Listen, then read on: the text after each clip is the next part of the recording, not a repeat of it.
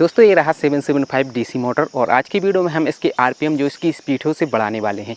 दोस्तों आपने देखा होगा कि मार्केट में इसी आकार इसी वेट की एक और 775 डीसी मोटर मिलती है जिसके आरपीएम इसके मुकाबले काफ़ी ज़्यादा रहते हैं। और मुझे कुछ प्रोजेक्ट बनाने के लिए हाई आरपीएम 775 डीसी मोटर की ज़रूरत थी, तो मैंने मार्केट में जब उसका प्राइस पूछा तो 350 रुपये की मिल रही थी। ऑनलाइन सर्च किया तो 400 रुपये की पड़ रही थी। तो मैंने सोचा क्यों ना मैं इसी लो आरपीएम वाले 775 डीसी मोटर के आरपीएम बढ़ा लूँ। और आज की वीडियो में हम मात्र 20 रुपये का खर्चा करके इसी लो आरपीएम वाले 775 डीसी मोटर के आरपीएम बढ़ाने वाले हैं। तो बने रहें दोस्तों इस वीडियो के साथ में। चलते हैं और शुरू करते हैं आज की इस वीडियो को।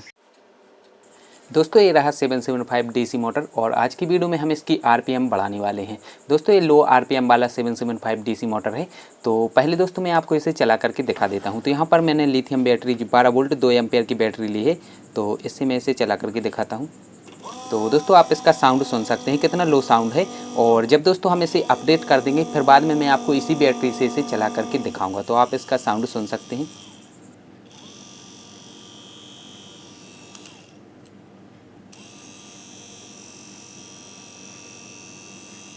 तो दोस्तों मैंने इस मोटर को चला करके दिखा दिया। अब दोस्तों हम इस मोटर को जल्दी से खोल लेंगे और इसे खोलने के लिए पीछे की साइड में इसमें एक कैप लगा रहता है और इस कैप की चारों साइड में छोटी छोटी सी लॉक लगी रहती है जो कि अंदर की साइड में झुकी रहती है। तो इसे हम स्क्रू ड्राइवर से ऊपर की साइड में जब लॉकों को उठा देंगे तो इसका जो कैप है वो आसानी से खुल जाता है। यहाँ पर आप देख सकते हैं इसमें 4 लॉक लगे हैं।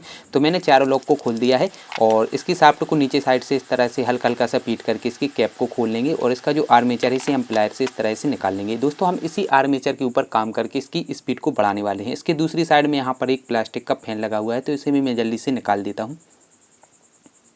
दोस्तों इस आर्मेचर के ऊपर 31 SWG यानी कि स्टैंडर्ड वायर गेज उपयोग किया गया है और इस वायर को हटा करके इसकी जगह पर हम दूसरे वायर का उपयोग करेंगे।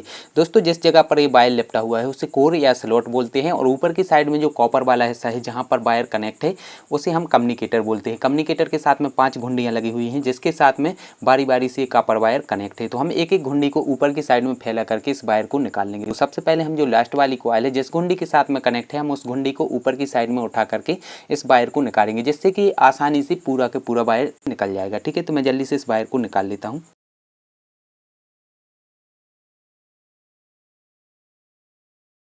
दोस्तों मैंने इस आर्मेचर में से इस पूरे वायर को निकाल लिया है और दोस्तों इस आर्मेचर के ऊपर एंटी क्लॉकवाइज ये वायर लिपटा हुआ था और इसकी एक कॉइल पर 30 टर्न दिए गए थे। ठीक है, तो मैंने पूरे वायर को निकाल लिया है। अब दोस्तों हम इस आर्मेचर के ऊपर 24 नंबर कॉपर वायर का उपयोग करने वाले हैं और दोस्तों आपको ये कॉपर वायर मार्केट में जहाँ पर कूलर फैन मोटर रिवायरिंग की जाती है वहाँ पर ये आपको आसानी से मिल जाएगा। एक आर्मेचर के ऊपर मात्र 20 रुपये का वायर ही लगता है। ठीक है, तो आप 20 रुपये के वायर से ही अपनी मोटर की स्पीड को दोगुना कर सकते हैं यानी कि आरपीएम बढ़ा सकते हैं। दोस्तों आप इन दोनों वायरों को देख सकते हैं। जो अभी हम वायर उपयोग कर रहे हैं उसकी अपेक्षा जो पहले वाला वायर था वो काफ़ी ज़्यादा पतला था और दोनों वायरों के ऊपर इंसुलेशन की एक पॉलिश रहती है यानी कि एक कोडिंग रहती है। तो जिस छोर से हम शुरुआत करेंगे उसे सैंडपेपर या कटर से इस तरह से घिस करके इसकी पॉलिश को हटा देंगे। ठीक है,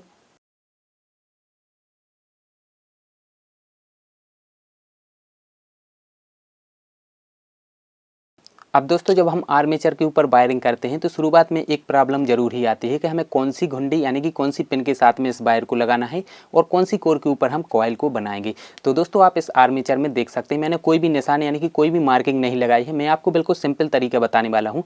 दोस्तों आर्मेचर में हर एक कोर के बीच में एक गैप दिया रहता है, जैसा कि आप इस आर्मेचर में देख सकते हैं हर एक स्लॉट के बीच में गैप दिया हुआ है। तो हम क्या करेंगे, इस वायर को कोई भी एक घुंडी के साथ में इस तरह से लगा लेंगे और एक स्पेस यानी कि एक गैप छोड़ करके नेक्स्ट वाले गैप में हम इस वायर को इस तरह से डाल करके 2 कोर कवर करते हुए इस पर कॉइल बनाएंगे। ठीक है, तो ये एंटी क्लॉकवाइज तरीका है और इसी तरीके से अगर आप क्लॉकवाइज इस पर वायरिंग करना चाह रहे हैं तो हम इस वायर को कोई भी एक घुंडी के साथ में इस तरह से लगा करके अब दोस्तों हम इस साइड का एक गैप छोड़ करके नेक्स्ट वाले गैप में इस वायर को इस तरह से डाल करके 2 कोर कवर करते हुए इस पर कॉइल बनाएंगे इस तरीके से। ठीक है दोस्तों, मैंने आपको एंटी क्लॉकवाइज और क्लॉकवाइज ये दोनों तरीके इसलिए बताए हैं, ये आपके हाथ के मोमेंट के ऊपर रहेंगे। आपसे जिस दिशा में इसकी वायरिंग करने में सुविधा हो रही है आप उस दिशा में इसकी वायरिंग कर सकते हैं। सिर्फ आपको एक बात का ध्यान देना पड़ेगा, अगर आप इसकी पहली कॉइल एंटी क्लॉकवाइज बना रहे हैं तो बाकी की सभी कॉइलें आपको एंटी क्लॉकवाइज ही बनानी पड़ेंगी और पहली कॉइल अगर आप क्लॉकवाइज बना रहे हैं तो बाकी की सभी कॉइलें आपको क्लॉकवाइज ही बनानी पड़ेंगी। ठीक है, तो दोस्तों आप इस बात का खास करके ध्यान देना। और इसके ऊपर जब हम क्लॉकवाइज या एंटी क्लॉकवाइज वायरिंग करते हैं तो इसमें क्या अंतर आता है मैं आपको लास्ट में बताऊंगा, ठीक है। तो दोस्तों अब हम करते हैं इसकी वायरिंग। तो हम किसी भी एक घुंडी के साथ में इस वायर को इस तरह से लगा करके कोर के एक स्पेस को छोड़ करके नेक्स्ट वाले स्पेस में इस वायर को इस तरह से डाल करके 2 कोर कवर करते हुए हम इस पर इस तरह से कॉइल बनाएंगे और इसके ऊपर हम 28 बार वायर को लपेटने वाले हैं, यानी कि इस पर हम 28 टर्न देने वाले हैं और सभी वायर को हम अच्छे से खींच कर इसके ऊपर लपेटेंगे, तब जा करके 28 टर्न इस पर आएंगे, ठीक है।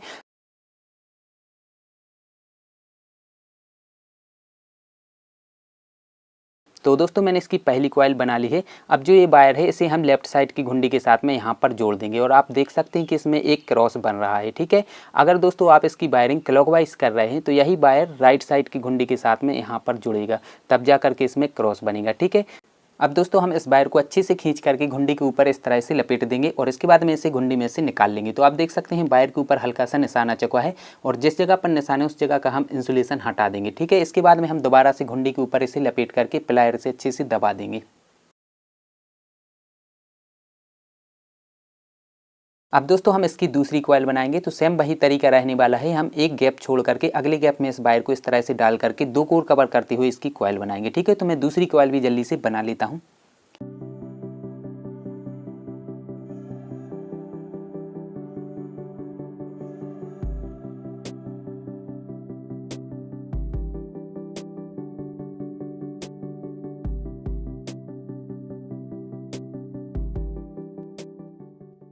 दोस्तों जो ये वायर रहेगा इसे हम अगली घुंडी में लगा करके इसे निकाल लेंगे और सेम वही प्रोसेस रहने वाली है।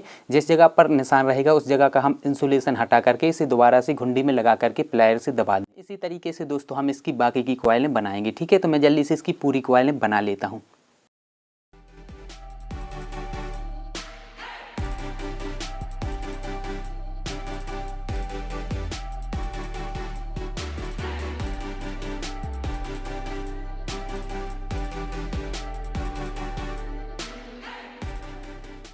दोस्तों आप यहाँ पर देख सकते हैं कॉइल का वायर बाहर की साइड में निकल रहा है, तो हम ये पीवीसी सीट या कोई भी प्लास्टिक की सीट से इसे अंदर की साइड में इस तरह से कर देंगे, ठीक है। बाहर की साइड में नहीं निकलना चाहिए।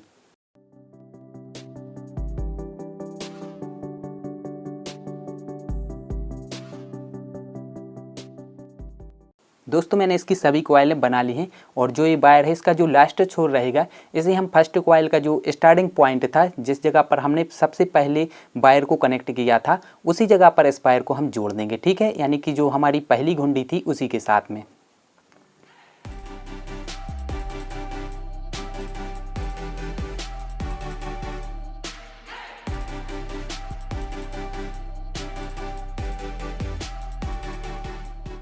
दोस्तों इस आर्मेचर की वायरिंग कंप्लीट हो गई है। अब दोस्तों हम इसकी घुंडियों पर सोल्डरिंग कर देंगे और दोस्तों इस आर्मेचर के चारों साइड हम चेक कर लेंगे कि कोई भी कॉइल का वायर बाहर तो नहीं निकल रहा है। अगर बाहर की साइड में दिखे तो इस तरह से पीवीसी सीट से उसे हम अंदर कर देंगे, ठीक है। और जो इसका ये प्लास्टिक वाला फैन है इसे हम यहाँ पर लगा देंगे और इसके बाद में जो कार्बन ब्रश वाला कैप है इसे हम पहले की तरह ही इस तरह से लगा देंगे और शाफ्ट को हम पीछे साइड से प्लायर से पकड़ करके इस तरह से इसे सेट कर देंगे। और जब हम इसे सेट करते हैं तो एक बार हम इसकी शाफ्ट को हल्के हाथ से इस तरह से घुमा करके देख लेंगे।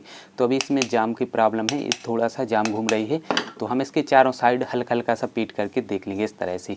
तो दोस्तों अब इसकी शाफ्ट फ्री घूमने लगी, तो अगर जाम की प्रॉब्लम रहे तो इसी तरह से चारों साइड पीट करके देख लेना, ठीक है। दोस्तों मैंने इस मोटर के सभी लॉक लगा दिए हैं। अब दोस्तों मैं आपको इसे चला करके दिखाता हूं। तो दोस्तों मैंने ये 12 वोल्ट 2 एम्पेयर की बैटरी ली है, जिससे मैंने इस मोटर को पहले चला करके दिखाया था, ठीक है। तो अब मैं आपको इसे चला करके दिखाता हूँ। तो दोस्तों आप इस मोटर का साउंड सुन सकते हैं, कितना तेज साउंड आ रहा है और जो इसकी स्पीड है वो भी बहुत ज़्यादा बढ़ चुकी है। अब दोस्तों मैं आपको पहले का छोटा सा वीडियो दिखाता हूं जिसमें मैंने इस मोटर को चला करके दिखाया था। तो दोस्तों आप यहां पर देख सकते हैं पहले इस मोटर का जो साउंड है काफ़ी कम साउंड था, इसकी स्पीड ही कम थी और जो इसके आरपीएम है 6000 से 7000 आरपीएम की मोटर थी। और अब इसे अपडेट करने के बाद में इसका आप साउंड सुन सकते हैं, काफ़ी तेज़ साउंड है, इसकी स्पीड भी काफ़ी ज़्यादा बढ़ चुकी है और जो इसके आरपीएम है 12 से 13000 आरपीएम से इसके हो ही चुके होंगे।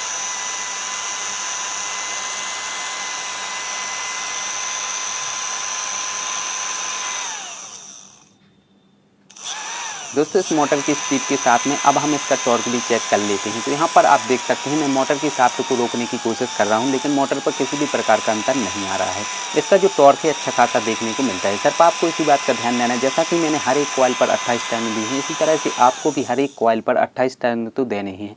अगर आप 28 टर्न से कम टर्न देते हैं तो आपको मोटर की स्पीड के साथ में टॉर्क भी कम देखने को मिलेगा और मोटर के जल्दी से जलने के भी चांस रहेंगे। ठीक है दोस्तों, मैंने आपको बताया था कि इसकी वायरिंग एंटी क्लॉकवाइज या क्लॉकवाइज करने से क्या अंतर आता है। अब मैं आपको बताता हूँ। यहाँ पर मैंने मोटर की शाफ्ट के साथ में एक छोटा सा टेप का टुकड़ा जोड़ दिया है और हमने इस मोटर की वायरिंग एंटी क्लॉकवाइज की है। और मोटर का जो नेगेटिव टर्मिनल है इसके साथ में मैंने बैटरी का नेगेटिव टर्मिनल जोड़ दिया है और जो मोटर का पॉजिटिव टर्मिनल है इसके साथ में मैंने बैटरी का पॉजिटिव टर्मिनल जोड़ दिया है। और आप इसकी डायरेक्शन देख सकते हैं, क्लॉकवाइज घूम रही है। और अगर हम इसकी वायरिंग क्लॉकवाइज करते और इसी तरह से हम बैटरी को मोटर के साथ में कनेक्ट करते, पॉजिटिव से पॉजिटिव, नेगेटिव से नेगेटिव, तो इसकी जो डायरेक्शन वो एंटी क्लॉकवाइज रहती है। सिर्फ इतना ही अंतर आता है कि जो मोटर के टर्मिनल है वो चेंज हो जाते हैं। जहाँ पर पॉजिटिव हो वहाँ पर नेगेटिव हो जाता है और जहाँ पर नेगेटिव हो वहाँ पर पॉजिटिव हो जाता है। बाकी दोस्तों हमें इस मोटर की अगर डायरेक्शन चेंज करनी है तो हम इस बैटरी के टर्मिनल को चेंज करके भी मोटर की डायरेक्शन को चेंज कर सकते हैं। तो सिर्फ इतना ही अंतर आता है। ठीक है दोस्तों, मैं आपको लास्ट में एक बात बताना और चाह रहा हूँ। इस मोटर को अपडेट करने के बाद में, इसकी रिवाइंडिंग करने के बाद में इसकी आरपीएम जो इसकी स्पीड है काफ़ी ज़्यादा बढ़ चुकी है। इसीलिए ये मोटर ज़्यादा एम्पेयर लेगी, ज़्यादा बैटरी कंज्यूम करेगी। मैं आपके लिए उदाहरण के लिए बता रहा हूँ, जैसा कि ये 12 वोल्ट 2 एम्पेयर की बैटरी है, तो इससे पहले ये मोटर 1 घंटे तक चलती थी और अब इस मोटर को अपडेट करने के बाद में इसी बैटरी से मोटर सिर्फ आध घंटे तक चलेगी, क्योंकि इसकी स्पीड जो आरपीएम है वो काफ़ी ज़्यादा बढ़ चुके हैं। ठीक है, तो दोस्तों आप इस बात को अच्छे से समझ ही चुके होंगे। फिर भी दोस्तों अगर आपके दिमाग में इस वीडियो से संबंधित कोई भी सवाल है तो आप कमेंट कर सकते हैं, मैं उसकी रिप्लाई जरूर दूंगा। तो आशा करता हूं दोस्तों आपको ये वीडियो पसंद आया होगा। वीडियो पसंद आया हो तो वीडियो को लाइक कर दें, शेयर कर दें और हमारे चैनल पर अगर आप नए हो तो चैनल को जरूर ही सब्सक्राइब कर लें। आप सभी का बहुत बहुत धन्यवाद।